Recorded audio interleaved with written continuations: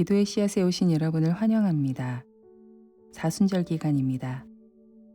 오늘 하루 읽고 묵상할 말씀은 마태복음 14장이고 그 가운데 16절과 17절의 말씀을 함께 읽고 나누고자 합니다.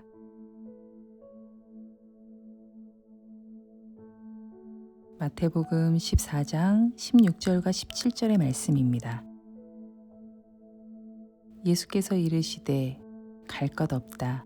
너희가 먹을 것을 주라. 제자들이 이르되 여기 우리에게 있는 것은 떡 5개와 물고기 2마리 뿐이니이다. 세상에서 똑똑하다고 이야기하는 사람은 어떤 사람일까요? 긴박한 상황 가운데 가장 안전하고 다수에게 유익한 선택을 하는 사람을 우리는 똑똑하고 지혜로운 사람이다 라고 말합니다. 그런 선택을 효율적인 선택이고 합리적인 선택이다 라고도 하고요. 눈에 보이는 좋은 길이 있는데 굳이 위험 부담을 안고 많은 시간과 비용을 들여가면서 그렇지 않은 길을 선택해서 가는 사람들은 없을 것 같은데요. 그런데 하나님의 시각은 조금 다른 것 같습니다. 오늘 본문에는 어린아이들도 너무나도 잘 아는 오병이어 사건이 기록되어 있어요. 우리는 이 사건을 수많은 사람들을 불쌍히 여기신 예수님이 적은 양이 먹을 것으로 그 많은 사람들을 풍성하게 먹이신 사건, 이 정도로만 기억하지만 예수님의 참된 목적은 제자들에게 있었던 것 같습니다. 말씀을 가르치고 병도 고쳐주고 이렇게 수천 명의 사람들에게 둘러싸여서 하루를 다 보내신 예수님은 시장할 때가 되었으니 사람들을 돌려보내자라는 제자들의 제안에 이렇게 단호하게 말씀하십니다.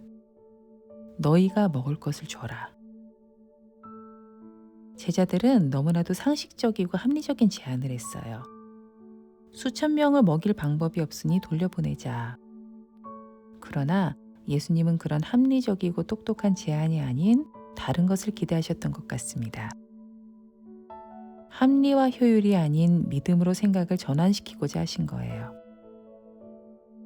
제자들은 적은 양의 떡과 물고기를 예수님 앞에 내어놓을 때까지만 해도 제 손에 들린 있는 것이 아닌 거기에 없는 것에 집중하고 있었고 자신의 생각에 어떤 문제가 있는지를 전혀 몰랐습니다.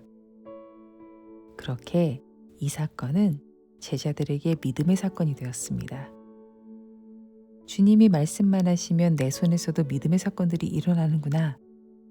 제자들은 이렇게 말씀이 이루어지는 것을 목격하는 삶, 기적의 삶을 살게 되었어요. 예수님이 제자들에게 바라신 게 바로 이겁니다.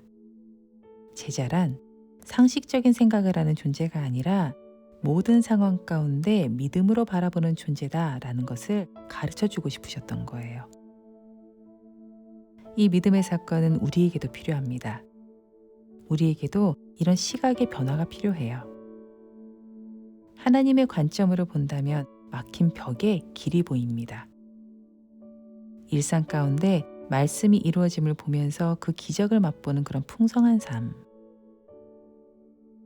선물과 같은 하루가 시작되었습니다.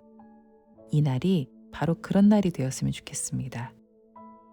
오늘 하루 우리가 하는 믿음의 도전들 가운데 주님이 함께 하심으로 말씀이 이루어짐을 보게 될 것입니다. 어린아이가 가지고 온 그 떡 5개와 물고기 2마리로 수천 명을 풍성히 먹고도 남는 기적을 맛보는 날이 바로 오늘이 될 것입니다. 내 삶 가운데 있을 믿음의 도전들과 그리고 그 도전에 함께 하시면서 응원하실 주님을 잠시 묵상해 봅시다.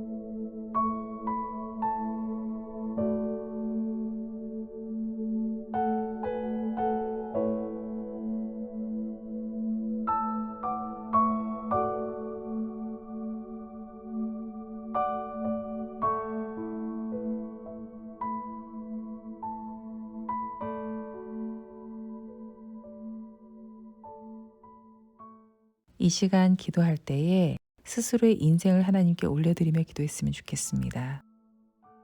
주님께 드릴 만한 것이 아무것도 없지만 지금까지 내가 살아왔던 인생들의 경험 가운데 쓰실 만한 것이 있다면 사용해 달라고 고백했으면 좋겠습니다.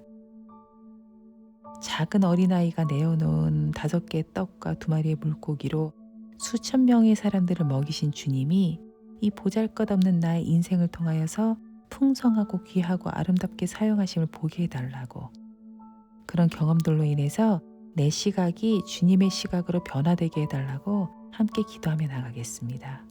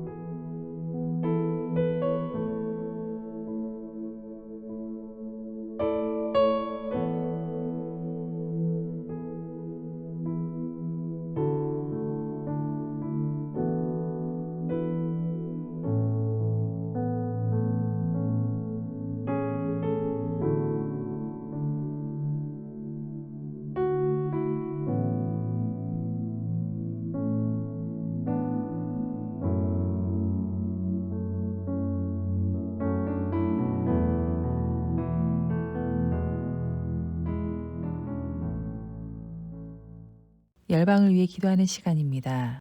오늘은 아프리카 대륙에 위치한 리비아를 위해 기도합시다. 리비아는 복음 전파가 가장 어려운 나라 중 하나입니다. 성경을 소지하는 것만으로도 위험에 따르는 나라로 종교적 모임은 물론 기독교인들 사이의 교류조차도 어려운 상황입니다.